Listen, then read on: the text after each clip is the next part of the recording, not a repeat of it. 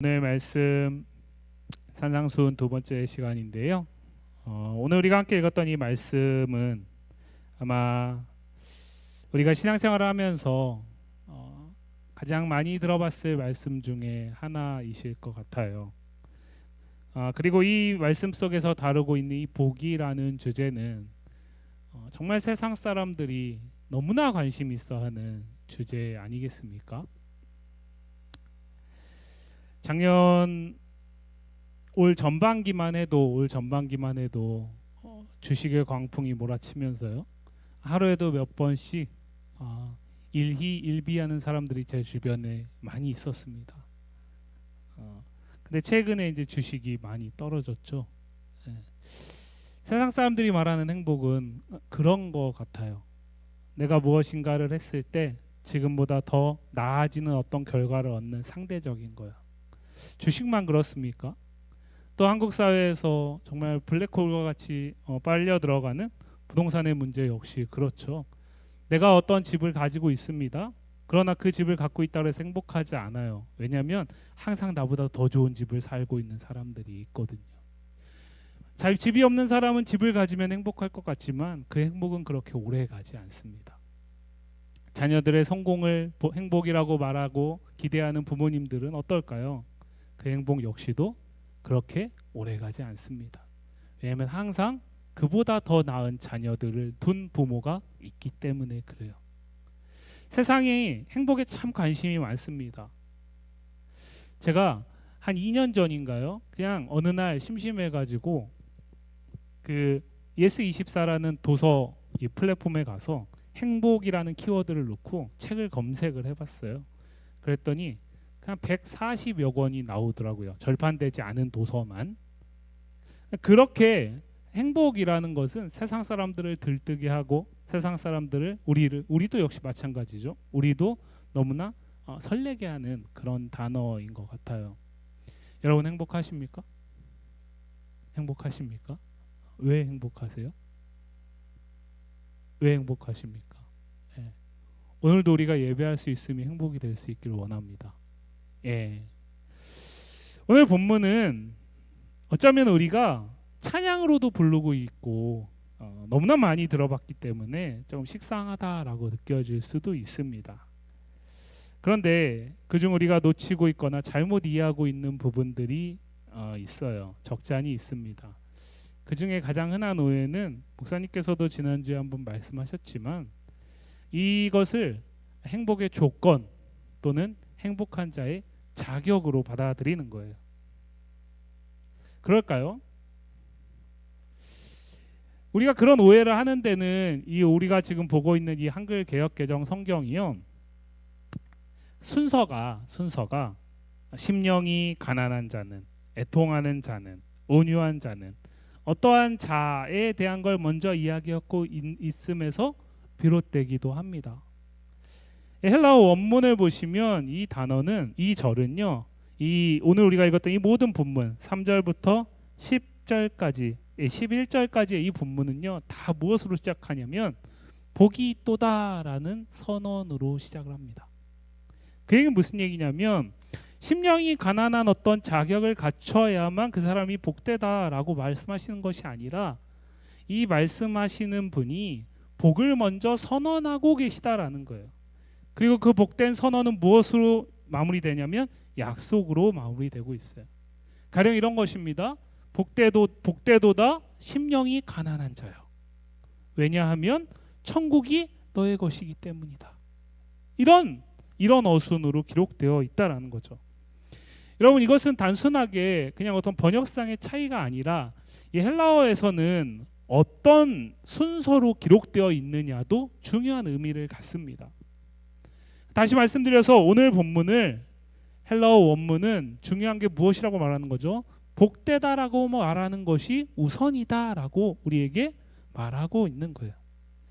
그런데 그 부분을 지금 우리가 보고 있는 이 한글 개역 개정판은 살리지를 못했어요. 그러다 보니까 오해를 할 수 있는 거죠. 이 말씀을 듣고 그래 애통하는 자가 복이 있지. 그래서 애통하는 심령을 막 구하는 거예요. 심령이 가난한 자가 복이 있지. 나는 참 성격이 되게 급하고 불같은데 온유한 자가 복이 있다라고 말씀하시네. 내 성격을 온유하게 바꿔야 되겠다 라고 의지를 품게 하는 말씀으로 오해할 수 있다라는 거죠. 여러분, 이 말씀은 그렇지 않습니다. 왜냐면요, 이 말씀 누가 하십니까? 우리가 이 팔복, 소위 말하는 팔복의 말씀을 대하면서 항상 너무나 가볍게 놓치고 지나치는 것 중에 하나가 무엇이냐면, 지금 이 선언을 누가 하신다라는 거예요? 산 위에 오르신 예수님이 하신다라는 거예요. 예수님이 하신다라는 거예요. 그 예수님이 하신다라는 게 왜 중요합니까? 지난주에 우리가 목사님을 통해서 살폈던 그 말씀 속에서 이 산에 오르시기 이전에 예수님은 복음을 전파하시고 그 복음의 능력을 치유를 통해 베푸신 이후에 산에 올라오셨기 때문이에요. 그럼 이곳에서 예수님은 복음과 무관하게 말씀하실까요? 그렇지 않습니다. 이곳에서 예수님의 말씀 역시도 복음을 기준으로 받아들여야 하는 거예요. 그렇기 때문에 오늘 말씀은 예수님이 말씀하신 복되도다라는 말씀으로 시작을 하는 거죠. 지난주에 목사님께서 이 산상수훈의 말씀은 기독교 대항 문화 또는 하나님 나라 백성으로서 이 땅을 살아가는 그리스도인의 윤리와 관계된 거다라고 말씀을 하셨잖아요.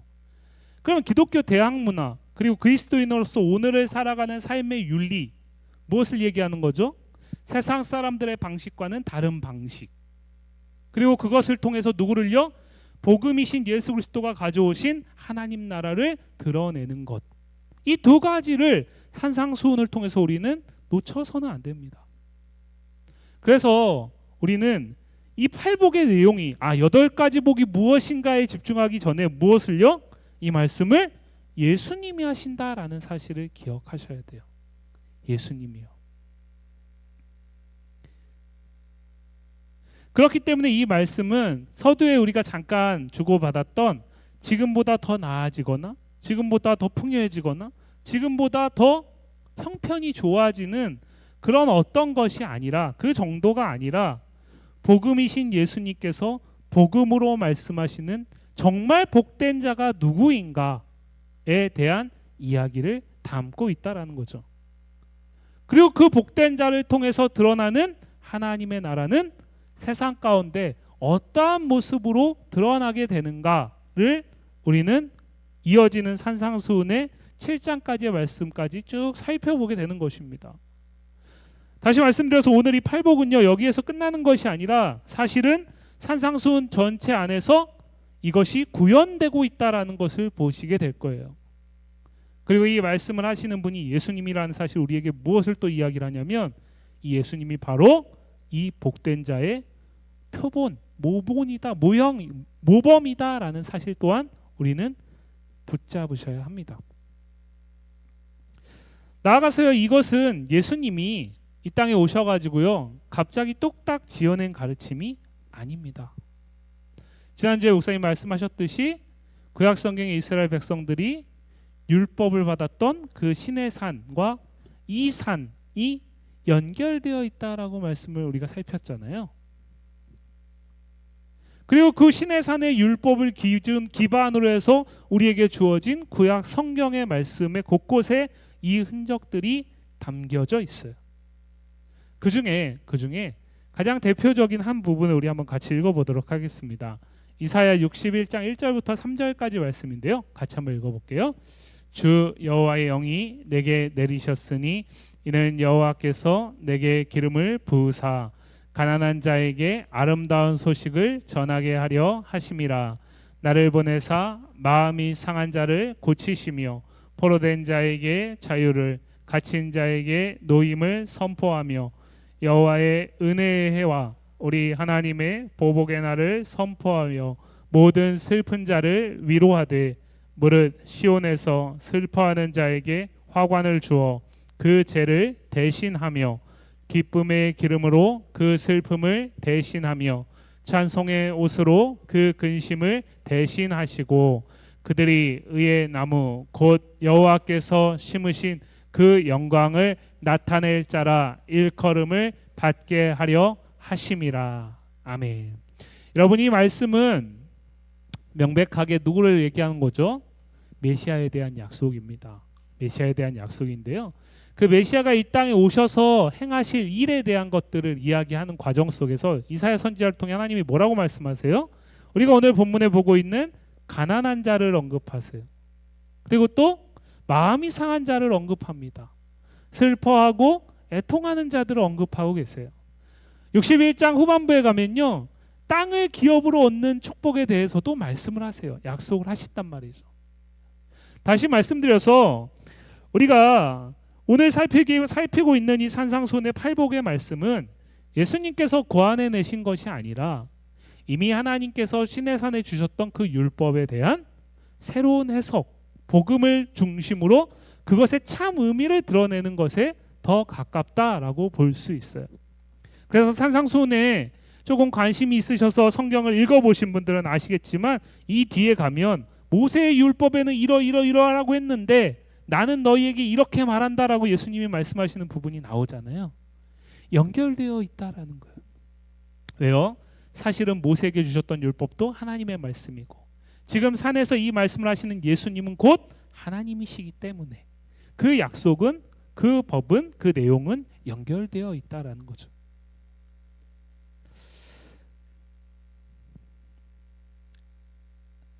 오늘 말씀 속에서 다시 한번 이것은 우리에게 무엇을 이야기하는 거죠? 서두에 말씀드렸던 이것이 조건이나 자격이 될 수 없다라는 거예요. 조건이나 자격이 될 수 없는 그저 하나님이 이들에게 은혜 가운데 주신 선물이라는 사실을 말하고 있습니다. 오늘 본문을 조금 더 세부적으로 한번 살펴보겠습니다. 한 절 한 절 살피기에는 시간이 좀 부족하고 사실 한 절 한 절 살펴나가도 충분히 하루의 설교를 우리가 함께 나눌 수 있지만 우리가 조금 목사님 말씀하셨듯이 두 권의 책을 중심으로 말씀을 살피려고 합니다. 그래서 오늘 본문의 전반부는 3절부터 6절까지입니다. 심령이 가난한 자, 애통하는 자, 온유한 자, 의에 줄이고 목마른 자. 여러분, 이것은 어떤 각각의 개별적인 모습이 아닙니다. 이것은 예수님의 말씀을 듣고 그 복음 안에서 하나님 나라를 소유한 자에게 드러나는 마음의 상태에 가까워요. 우리가 이것을 돕기 위해서 누가복음 2장을 잠깐 생각해 보겠습니다. 누가복음 2장으로 가면요, 예루살렘 성전에서 아기 예수를 기다리고 있는 두 사람이 등장해요. 한 사람은요, 시므온이라는 사람이고요, 한 사람은 안나라는 여자 선지자입니다. 그런데 성경이 이 사람들을 이렇게 소개하고 있어요. 누가복음 2장 24절과 25절을 보면요, 시므온에 대해서 이렇게 소개합니다. 의롭고 경건하여서 이스라엘의 위로를 기다리는 자, 그리고 성령이 그 위에 계시는 자. 또 2장 36절 이하에서는 여선지자 안나에 대해서 이렇게 소개해요. 그녀는 나이가 많다. 그리고 결혼했지만 남편을 잃어서 이제는 과부가 되어 84세가 된 여인이다. 그런데 이 여인이 성전을 떠나지 않고 주야로 금식하면서 기도함으로 섬기고 있었다라고 소개를 하고 있어요. 여러분, 누가복음이 소개하는 이 두 사람은요, 성령의 감동으로 그날의 아기 예수를 영접하는 은혜를 입은 자들입니다. 그런데요, 이들은 그 약속을 믿고 기다렸기 때문에 예수님을 영접할 수 있었어요. 특히 우리가 안나에 대한 소개를 다시 한번 살펴보면요, 이 사람은 그 당시 사회에서 가난하고요, 남편이 없는 과부이기 때문에 보호를 받을 수도 없는 사회적 약자일 뿐만 아니라 나이도 고령입니다. 이 여인이 처해 있는 현실은 그 안나라는 여선지로 하여금 무엇을 더욱더 기다리게 하고 소망하게 하죠? 하나님께서 성령 안에서 약속하신 예루살렘의 속량의 약속을 이루실 메시아, 그를 온전히 기다리게 하는 거죠. 그래서 그곳에서 금식하고 기도하며 섬겼던 것입니다. 앞서 나왔던 시므온도 마찬가지예요. 그날에 우연히 와가지고 예수님을 영접한 사람들이 아니에요. 아기 예수를 영접한 것이 아니라 그들에게 하나님이 약속하신 그것 외에는 소망이 없기 때문에 그 가난한 심령을 가지고 그 애통할 수밖에 없는 현실 속에서 겸손히 하나님만을 온전히 붙들고 그 의로우신 하나님께서 이 땅에 보내주실 메시아를 기다릴 수 있었던 것입니다. 그 결과 이들은 누구를 본 거죠? 아기 예수를 볼 수 있었어요. 다시 말씀드려서 오늘 우리가 3절에서 특별히 살피게 되는 이 심령이 가난하다라는 이 표현은 지난주에 목사님 말씀하셨던 누가복음 6장의 평지 설교에서는 그냥 가난하다라고 나오는데, 여기에서는 그냥 마음의 가난함만을 얘기하는 것이 아니라 사실은 누가복음에서 얘기하는 실제적인 궁핍한 현실 속에서의 가난함도 포함되어 있다라고 보시는 게 더 맞아요. 그럼에도 불구하고 오늘 본문이 심령이 가난하다라는 말을 쓰는 이유는 이것이 하나님을 신뢰하는 사람들의 마음과 연관되어 있기 때문에 그래요. 여러분, 이 본문의 시대가 언제죠? 로마 황제 치해잖아요. 로마 황제의 이렇게 로마 황제 치하의 다스림을 받던 때잖아요. 그죠? 이스라엘이 로마의 식민지로 전락해 있을 때잖아요. 그래서 그로부터 해방할 해방주를 기다릴 때잖아요. 종교적으로는 어떻습니까? 유대의 율법주의자들이 제시하는 그 율법의 기준을 엄격히 따르는 자에게 복이 있다라고 말해지고 외쳐지는 시대입니다. 로마 황제의 손 안에 들어가서 그를 따르는 자가 복된 자다. 종교적으로는 율법에 철저히 순종하라는 이 율법주의자들의 가르침을 따라서 자기 자신을 철저히 율법에 속박시키는 자가 복된 자다라고 외치는 그런 시대예요. 이 외침 속에 하나님이 계실 곳이 없습니다.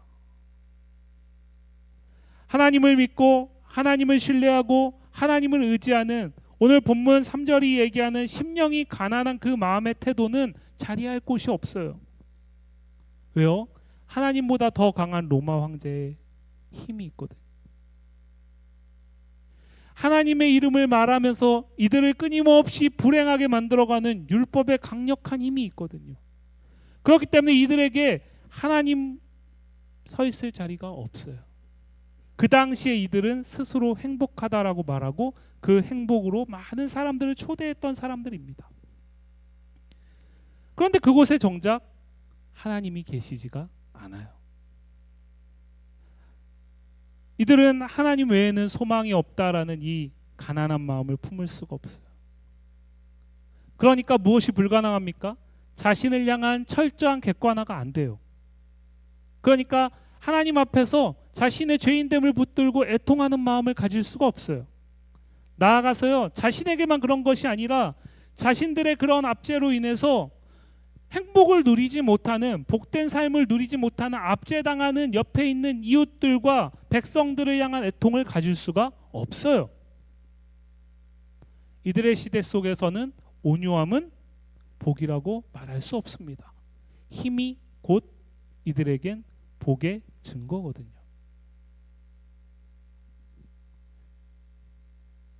그런 시대 속에서 이 기준에 미치지 못하는 이들이 할 수 있는 게 무엇일까요? 그 가난한 마음으로 하나님을 찾는 것 외에 할 수 있는 게 없는 거예요. 그것을 누가복음 2장에서 여선지자 안나는 예루살렘의 속량을 기다린다라고 말을 했던 것입니다.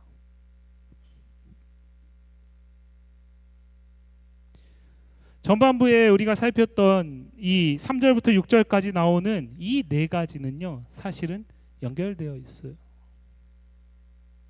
하나님을 향한 간절한 기대와 하나님을 향한 온전한 신뢰는 우리로 하여금 어떤 상황 속에서도 그 하나님을 견고하게 붙들게 하잖아요.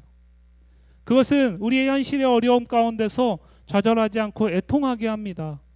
그리고 그 애통은 현실의 애통에서 그치지 않아요. 나의 존재론적 애통으로 이어지게 되어 있어요. 그리고 그 애통함은 무엇으로 이어지죠? 하나님 앞에서 겸손히 하나님의 때를 기다리는 온유함으로 이어지게 됩니다. 그렇게 하나님의 의로우신 하나님이 그 모든 애통을 거두어 가시고 슬픔을 기쁨으로 바꾸실 그 날을, 그 속량의 날을 줄이고 목마른 자로서 기다리게 되는 거죠. 오늘 예수님은 복이 있다라고 선언하시면서 그렇게 하나님의 은혜 받은 자에게, 그 하나님의 은혜 받은 자에게 주어진 그 마음을 가진 자가 복이 있다라고 말하는 거예요. 너희 스스로 이 마음을 가지려고 애쓰라고 말하는 것이 아니라 그 마음을 내가 복음 안에서 너희에게 주었다. 그 마음을 붙들고 사는 것, 그것 자체로서 너희 존재는 복되다라고 말하는 것입니다. 여러분, 목사님께서 우리가 올 한 해 동안 온 땅이여 하나님께 기쁨을 외쳐라 라는 표를 가지고 달려가고 있잖아요. 그죠? 근데 거기서 말하는 그 기쁨이 뭐라 그랬습니까? 하나님이 우리의 존재 자체로 우리를 기쁨으로 여기시는 것. 오늘 본문도 마찬가지예요.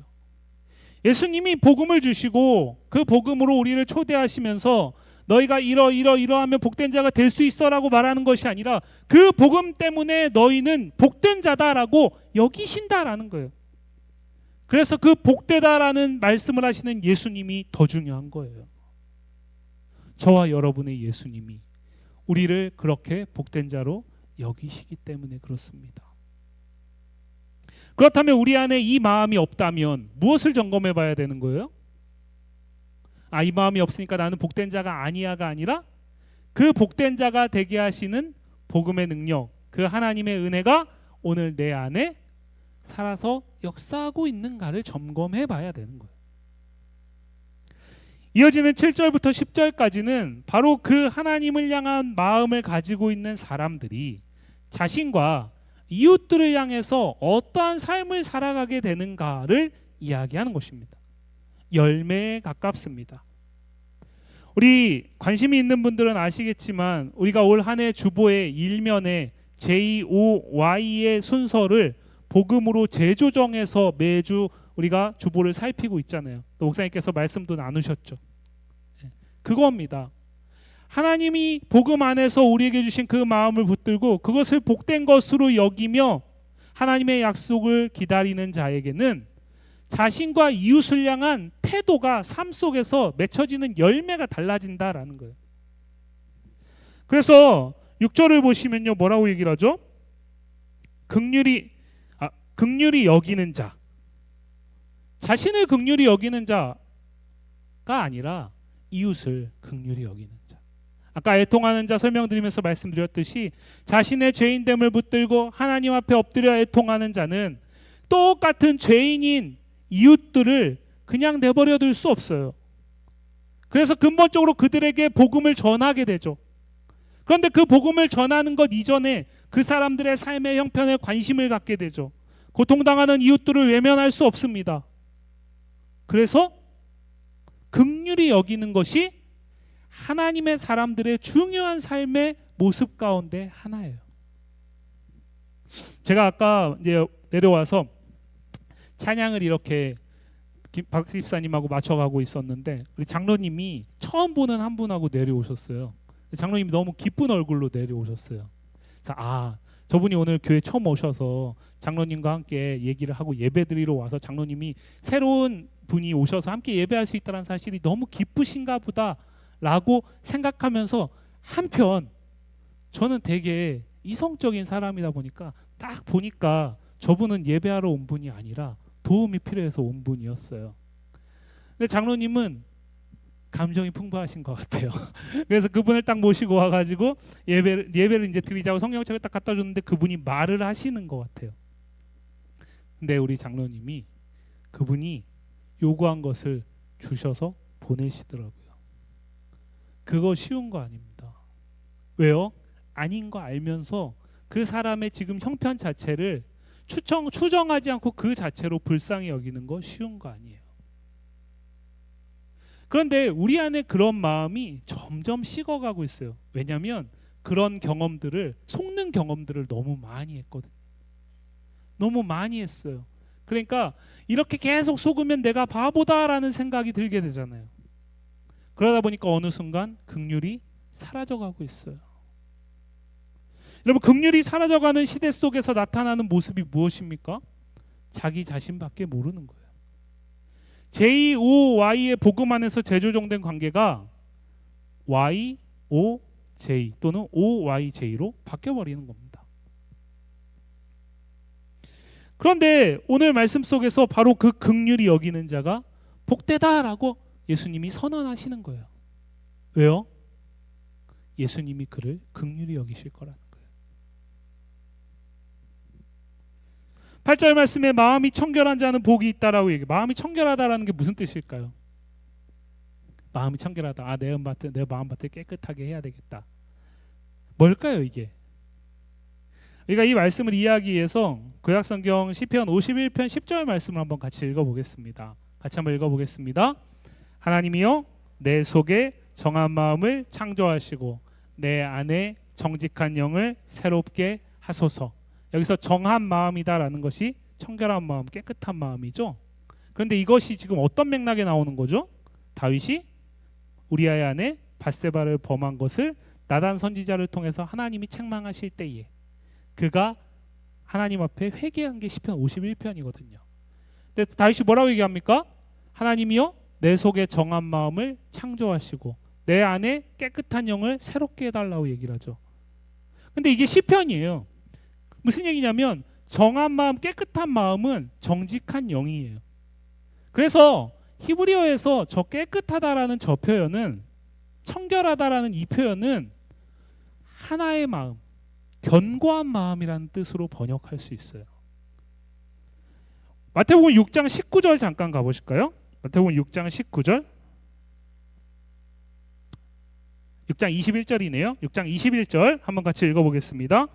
내 보물 있는 그곳에는 내 마음도 있느니라. 무슨 얘기입니까? 두 마음에서 한 마음으로 하나님, 다윗이 이렇게 얘기하는 거야. 하나님, 내가 하나님을 향한 마음을 놓쳐서 이웃을 향해서 범죄하였습니다. 하나님, 내가 하나님 앞에서 다시 정한 마음, 한 마음, 흔들리지 않는 견고한 마음을 내 안에 새롭게 해달라고 간구하는 거예요. 그럼 이 얘기는 무슨 얘기예요? 3절에 나오는 하나님을 향한 가난한 마음, 애통하는 마음, 온유한 마음 다 연결되는 거죠. 그런데 그것이 무엇으로요? 마음의 청결함.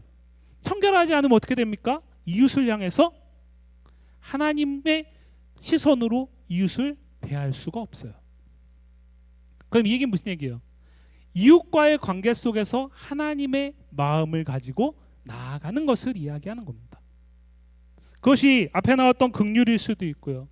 그것이 그 사람을 예수님의 내 몸과 같이 사랑하라는 사랑일 수도 있고요. 이웃과의 관계 속에서 내가 어떠한 태도를 가지고 그 사람을 대해 나갈 것인가를 이야기를 하는 거예요. 9절 말씀에 화평하게 하는 자는 고린도후서 5장에 가면 사도 바울이 이렇게 얘기를 해요. 누구든지 그리스도 안에 있으면 새로운 피조물이라. 이전 것은 지나갔으니 보라 새 것이 되었도다. 모든 것이 하나님께로서 났으며 그가 그리스도로 말미암아 우리를 자기와 화목하게 하시고 또 우리에게 화목하게 하는 직분을 주셨다라고 얘기를 해요. 예수님께서 십자가에서 당신을 화목제물로 내어주심으로써 우리를 구원하신 사실을, 그 놀라운 은혜를 사도 바울은 뭐라고 얘기를 하고 있냐면, 그가 우리의 화목제물 되신 것은 우리가 하나님과 화목하게 하기 위한 것에서 그치지 않고 우리로 하여금 세상 가운데 화목하게 하는 직분을 맡기시기 위한 것이다 라고 얘기를 하는 거죠. 그것을 오늘 예수님은 뭐라고 얘기하는 거예요? 화평하게 하는 자다라고 얘기를 하는 거예요. 여러분, 이 9절 말씀에서 화평하게 하는 자, 복이 있다 화평하게 하는 자요, 왜냐하면 너는 하나님의 아들이라 일컬음을 받을 것이다 라는 이 표현 속에 하나님의 아들이라는 표현이 무슨 뜻입니까? 하나님을, 형상을 나타내는, 하나님의 하나님 되심을 드러내는 존재로서 인정받게 될 것이다 라는 거예요. 왜요? 예수님이 하나님의 아들이시잖아요. 그런데 그것이 우리의 혈연 가운데서 부자관계나 모자관계를 얘기하는 게 아니잖아요. 그것이 무엇입니까? 삼위로서의 존재하시는 하나님의 존재 방식이 그 안에 담겨 있는 거죠. 그래서 신약 성경에 보면 누구누구의 아들이라는 표현은 그것을 반영한다라는 뜻을 담고 있어요. 그럼 이게 무슨 얘기예요? 우리가 세상 가운데서, 이웃 가운데서 갈등을 중재하고 갈등을 화평으로 바꿔가는 그 역할을 감당하는 것은 우리가 착하기 때문이 아니고, 우리가 선하기 때문이 아니고, 예수님이 우리에게 화목제물 되셔서 맡기신 그 직분을 감당하는 것이라는 거예요. 왜요? 그를 통해서만 우리 안에 맡기신 그 예수 그리스도와 하나님이 나타나실 수 있기 때문에. 그리고 10절은 6절에서 말하는 의에 줄이고 목마른 자는 어떻게 돼요? 그 의를 위하여 박해를 받는 길을 마다하지 않죠. 이렇게 연결되어 있어요. 오늘 본문은요, 그래서 8가지의 복에 대해서 얘기하는 것도 아니고 복된 자의 8가지 자격을 얘기하는 것도 아니에요. 오늘 본문은 복음 안에서 하나님 나라를 소유한 자가 어떠한 마음을 가지고 이 땅을 살아가면서 하나님 나라의 윤리를 이루어가고 세상에 대항하면서 살 수 있는가를 이야기하는 거예요. 그리고 그것이 복이 있다라고 선언하시는 거예요. 그 복된 삶으로 우리를 초대하시는 거예요. 이미 그 삶을 살고 있다면 그 삶을 계속 살아낼 수 있도록 격려하시는 거예요. 위로하시는 겁니다. 이어지는 11절과 12절 말씀을 보면 의를 위하여 박해를 받은 자가 복이 있다라는 그 말씀의 연장선상에서 중요한 말씀이 들어가고 있어요. 나로 말미암아. 나로 말미암아. 여러분, 서두에 우리가 말씀드렸던 세상 사람들이 원하는 그 행복, 그 복은요, 고난당하고 박해당하고 어려움당하고 힘든 일 겪는 것을 복이라고 생각조차 하지 않아요. 감히 말조차 떼지 않습니다. 그런데요, 오늘 성경은 뭐라고 얘기하죠? 박해받는 것이 복이 있다라고 얘기를 해요. 복 있는 자는 박해가 있다라는 거예요.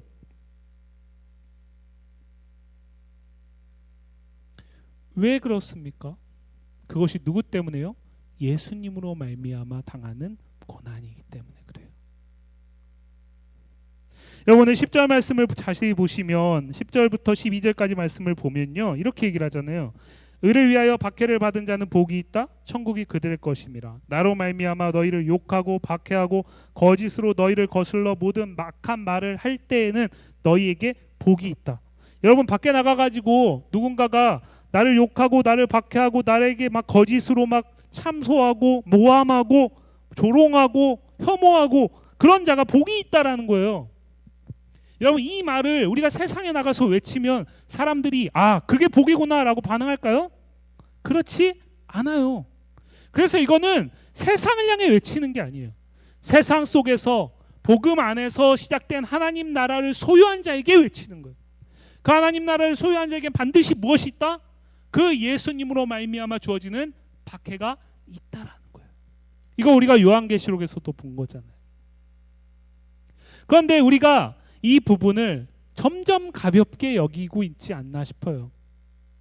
언제부터인가 우리가 복음 안에서 말씀 속에서도 뭔가 지금보다 더 나아지는 삶, 내가 지금 겪고 있는 어려움이 더 나아지고 해결되는 삶, 그것만을 복이다라고 여기는 말씀들을 너무나 많이 듣고 있는 것 같아요.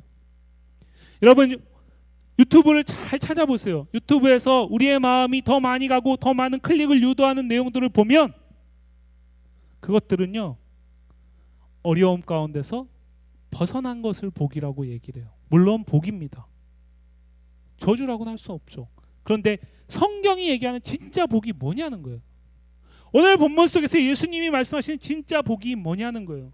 그거는 나로 말미암아, 예수님으로 말미암아, 예수님 때문에 내가 살아가는 삶 속에서 무엇인가가 불편해지고 그로 인해서 사람들에게 이상한 사람 취급받고 어리석다라고 여김받는 것, 그것이 오히려 복이 있다라고 말씀하신다라는 거죠. 그러한 삶으로 우리를 초대하신다라는 거예요. 그러한 삶을 잘 살아내기를 원하신다라는 거예요. 또 정반대로 요즘에는 아무 때나 박해를 사용하는 경향 또한 있어요. 사실은 자기 탐욕 때문에, 자기 신념 때문에, 자기 주장 때문에, 지극히 심령이 가난함에서 비롯된 것이 아님으로 인해 당하는 어려움인데, 그것을 꼭 예수님 때문에 당하는 것처럼 위장해요. 그리고 그것이 내가 지금 박해당하고 있으니까 복이라고 스스로 자기 위안 삼는 경우 너무나 많습니다. 여러분, 오늘 성경 분명히 말해요. 뭐라고 얘기를 하죠? 박해당하는 것이 복이라고 말하지 않아요. 박해가 없는 것이 복이라고 말하지도 않아요. 박해를 당하는 것이 복인데 예수님으로 말미암아 당하는 박해, 그것이 복이라는 거예요. 복음으로 인해 당하는 박해, 하나님 나라를 살기 위한 분투 속에서 당하는 어려움, 그것이 복이라는 거예요. 그러니 어떻게 하라고요? 기뻐하고 즐거워하라고 말합니다. 그리고 예수님 참 감사하게도 그러한 우리를 격려하시기 위해서 뭐라고 얘기를 하죠? 하늘에서 너희의 상이 크다. 그리고 우리가 구약에서 봤던 수없이 많은 선지자들과 같은 반열에 우리를 두시는 거예요. 그들이 바로 그 하나님 안에서 주어지는 소망과 위로를 붙들고 박해당하는 삶을 마다하지 않은 자들이기 때문에, 그 말씀을 예언하는 과정 속에서 예레미야와 같이 억울한 일 당하고 굴에 떨어져서 죽을 일을 당하는 그런 상황 속에서도 그들이 그 길을 포기하지 않은 것, 그것이 오늘 예수 그리스도를 믿는 믿음 안에서 성도에게 주어진 상급이다라고 말하는 겁니다. 사랑하는 성도 여러분, 오늘 말씀의 이 복은요, 미래 우리가 죽거나 예수님 다시 오셔서 주어질 미래의 아득한 약속이 아닙니다. 또요, 오늘 이 복은요, 우리가 이 땅에 살면서 반드시 누려야 되는 것도 아닙니다. 무슨 말씀이냐면, 오늘 본문을 잘 보시면 3절과 10절은 천국이 그들의 것이라고 얘기를 해요. 현재형입니다. 그런데 4절부터 9절까지는 받을 것이다라는 미래형의 약속이에요. 천국을 주시는 분도 이 약속을 이루시는 분도 다 하나님이세요. 그런데 무슨 얘기를 하는 거죠? 복음 안에서 이미 너희에게 주어진 그 하나님 나라, 이미 너희에게 주어져 있지 않냐라는 거예요. 너희가 심령이 가난한 것, 왜 너희가 복된 자냐? 너희가 심령이 가난함으로 인해서 천국이 너희에게 주어졌기 때문이라는 거죠. 너희가 애통함으로 인해서 나중에 너희가 위로를 받을 것이다라는 거예요. 그런데 그걸 무엇으로 확신할 수 있어요? 오늘 내게 주어진 천국을 살아감으로써 확신할 수 있는 거죠.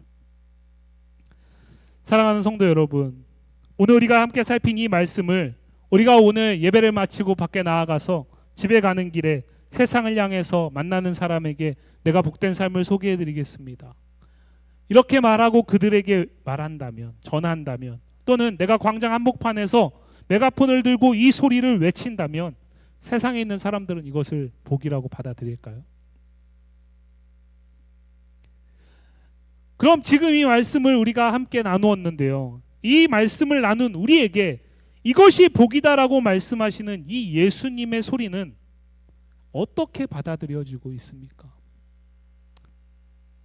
세상은 얼토당토 아는 것으로 받아들이겠죠. 우리는요? 우리는 어떻습니까?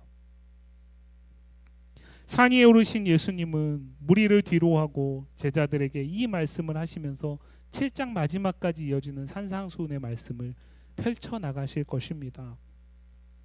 하나님의 은혜가 우리 가운데 있다면 그 은혜가 우리를 이 시간 성령의 인도하심 가운데 말씀을 깨닫고 믿게 하였다면 우리는 이 복되다는 예수님의 선언이 담긴 이 초대에 기쁨으로 응할 것입니다. 그러한 삶으로 열매 맺을 때에 복의 근원이신 예수님이, 그의 나라가 세상 가운데 나타날 것을 믿기 때문에 기꺼이 그 삶을 기쁨과 즐거움으로 살아낼 것입니다. 그렇게 우리는 세상 속에 살면서도 기쁨과 행복의 기준을 복음으로 리셋하는 사람들로 서게 될 것입니다. 사랑하는 성도 여러분, 정말 복이 무엇입니까? 저와 여러분이 예수님을 믿는 것, 그리고 그 믿는 믿음 안에서 우리 안에 시작된 하나님 나라, 천국이 이미 너희의 것이다라고 말씀하시면서 복되다라고 말씀하시는 이 주님의 음성에 아멘 하는 것인 줄 믿습니다. 그 복이 저와 여러분에게, 우리 교회 위에 충만히 임하기를 주님의 이름으로 간절히 소망합니다. 우리 이 시간 함께 찬양하고요, 기도할 텐데요.